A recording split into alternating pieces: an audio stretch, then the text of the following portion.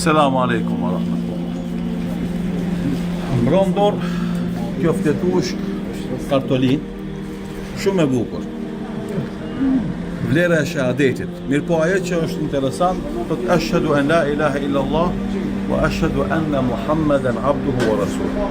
Dëshmoj dhe deklaroj se nuk ka të adhuruar në neri veç Allahut madhërishëm, Zotit vetëm, dhe dëshmoj dhe deklaroj se Muhammedi është robi i dërguari i Allahut.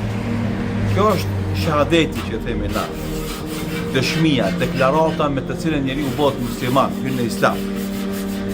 Edhe kjo është shkak që ty me hinë xhennet e me fitu. Mirë po, porosia po është shumë e bukur. Thot thuaje me gjuhë, përmbaju kuptimeve të kësaj fjalije, të kësaj deklarate, vepro sipas rezultateve që jep kjo deklaratë, se do t'ju shpëtoj në këtë botë dhe në botën tjetër.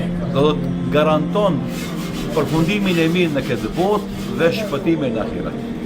Që kjo kartolin, do thot me këtë porosi, është shtyp me qindra mija kopje dhe është përndat të njerëzit. Pse kjo? Për me u tregu njerëzimit, atyre që kanë kalu kohën e komunizmit, ateizmit, dhe që u mungojnë diturit fetare. Ajo që i ka thonë Muhammedi sallallahu alaihi wasallam fiseve të ndryshme idhujtare në Mekë. O njerëz, thuni la ilaha illa Allah të shpëtoni. O njerëz, thuan e këtë deklarat. Ashhadu an la ilaha illa Allah wa ashhadu anna Muhammeden rasulullah që të shpëtoni. Edhe na u themi gjithë popullit tonë shqiptar. Dëshmone monoteizm, besimin Allahun një. Dëshmone pranimin e faktit se Muhammedi, lavdi dhe bekimi atyre është vule pejgamberëve. Do shpëtonin këtë botë dhe do shpëtonin jetën pas vdekjes. Shqiptaj, jeta e kësaj bote 60 vjet, 70 vjet, 80 vjet shkon shpejt.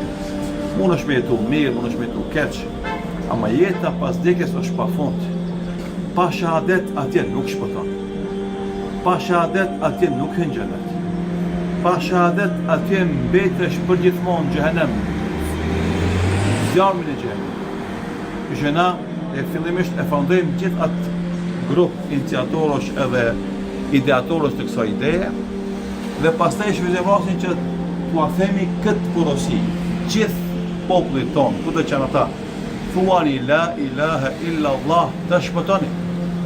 Besoni Allahun një vetmi i cili meriton të gjitha llojet e adhurimeve tona dhe se askush veç tij nuk i meriton asnjë lloj të adhurimeve, i vetmi Allahu i gjithdituri, i gjithfuqishmi, i gjithmëshirshmi, e meriton adhurimin ton, përkushtimet tona, lutjet tona, adhurimet tona, flijimet tona, namazin ton, dhe askush tjetër veç tij. Dhe se Muhammedi, lavdi dhe bekimi është vule pejgamberëve.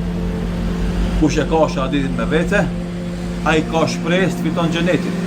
Kush nuk e ka shahadetin me vete, ai nuk ka shpresë të fiton. Andaj kene parasysh këtë fakt dhe me te jetoni që të shpëtoni. Allah i shpërblim gjithë, do t'i ju bekoft, Allahu na boft komunikimi me gjithë ata që nuk e njohin këtë maksim, këtë deklarat, e bojme se për udhëzimin e gjithë atyre që nuk e njohin Allahun si Zot të vërtet.